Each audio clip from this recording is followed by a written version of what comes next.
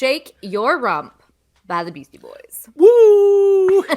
So I think Shake Your Rump is an excellent hype song for many individuals, and it's a classic, and I think you have to live under a rock to not know it. Because even Amanda knew this one. Even I know. And Amanda lives under a rock, like literally. Yes. She lives under a Michigan rock. Yes, we do. You know what I like about the Beastie Boys? I just think they have this energy and this chemistry that comes out when they are singing. And I feel like I can just hear the fun that they're having. And maybe I'm incorrect when I say that, but I just feel like there's this energy that it's quite a combo, and they really enjoyed doing what they did, especially in this song. I think it shows. Yeah, I mean, the Beastie Boys were definitely a very special group. I do consider them one of the best American hip-hop groups of all time. I mean, just their creativity, their chemistry together, as you said, their level of songwriting, the things that they did, they just really pushed it and they experimented. And I love, too, that they have that the hardcore punk background. You know, they literally started off as a hardcore punk band, idolizing the Bad Brains, wanted to be the Bad Brains, and then became a hip-hop band. And, like, they just, you know, I think back to, like, how big Licensed to Ill was when I was in school. I was in grade school when that came out. So this record came out in 1989, Paul's Boutique, which is what Shake Your Rump was off of. Licensed to Ill came out in 1986, you know, and that's like right in the heart of like Run DMC and all that stuff. And like, I just remember, and I wasn't like really into hip hop like yet at that time, but like the Beastie Boys to me, I liked Run DMC, but the Beastie Boys were like, wow, look at like what they're combining. And of course the free for all sampling on that record and this record, like you couldn't even put this record out. You couldn't even put Paul's Boutique out to that. No way. I mean, they're sampling the Beatles and Jaws. You cannot, this record would cost like a gajillion dollars to release if it even got cleared. Because this was put out in a time before the sampling laws were enacted. Sure. And this record and a bunch of were the things that actually kind of kicked that off. Like, wait a second, like all these guys are sampling all this stuff, and we're not, you know, as people who originally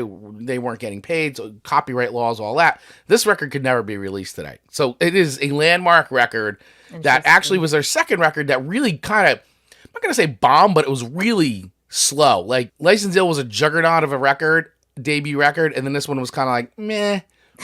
But it has aged so well and is considered by far by many people like the epitome of classic like 80s hip hop. Yeah. I love that.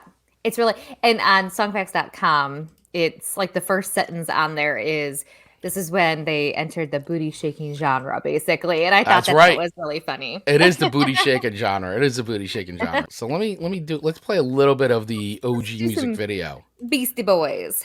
Because the classic, by the way, the Beastie Boys also were the ones that perfected this style of hip hop videos. Basically taking the old skateboard style videos from the 80s and then making like music video style with this.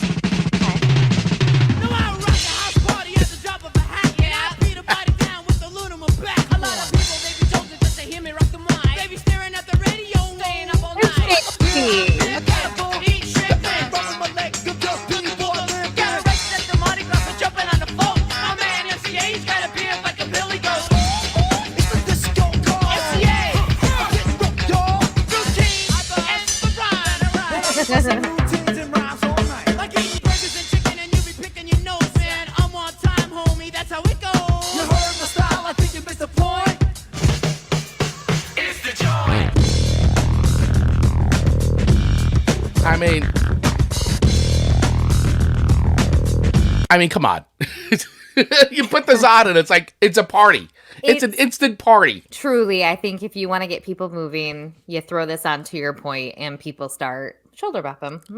They start shoulder bopping. I mean, there's no other act to do but shoulder bop. I know it says shake your rump, but it really means like shake your shoulders. Shake your shoulder. In Amanda's world, it's shake your shoulders. Shake your shimmy. This song's so good. I love this. And it goes, there's so many great samples. And of course, like the classic, like they do the bong hit in the middle of the song, which it's just outrageous stuff. Outrageous stuff they did on this record. I mean, really, if you haven't listened to Paul's Boutique in a while, Please go back and listen to it because I'm telling you, it is a pure work of genius what they did. I always thought the Beastie Boys were like your teenage kids giving it a go. Yes, exactly. Like, and now at my age, watching that video and seeing those little babies oh my perform, gosh. Ian, your comment there is so spot on. Imagine if those were your babies. And you 1989, man. Go ahead. Give it a try. Like, what's the worst that can happen? Yeah. The Beastie Boys are just punk rock and hip hop, like completely infused, just doing their thing, pulling from all the things they like, from like skateboard culture to hip hop culture, New York specific, Brooklyn's like just everything that they love rolled up into like the Beastie Boys. But you know what? Of your list, this is probably the funnest one for me to listen to. And so I'm gonna give it like a 4.5. I can really respect 4.5. You would choose to listen to this song. I would, especially with the boys. Like Marcus and Owen, this is up their alley. They would listen to this type of stuff. So I feel like this is a fun party starter. To your point, this hypes up the majority of people. Right. And I listen to the song often when I'm trying to get myself like up and going, man. I put it on. It's great. And yeah, you shake your booty. You're just like, oh, Chris shaking his booty. You start shaking it. Shake your rump.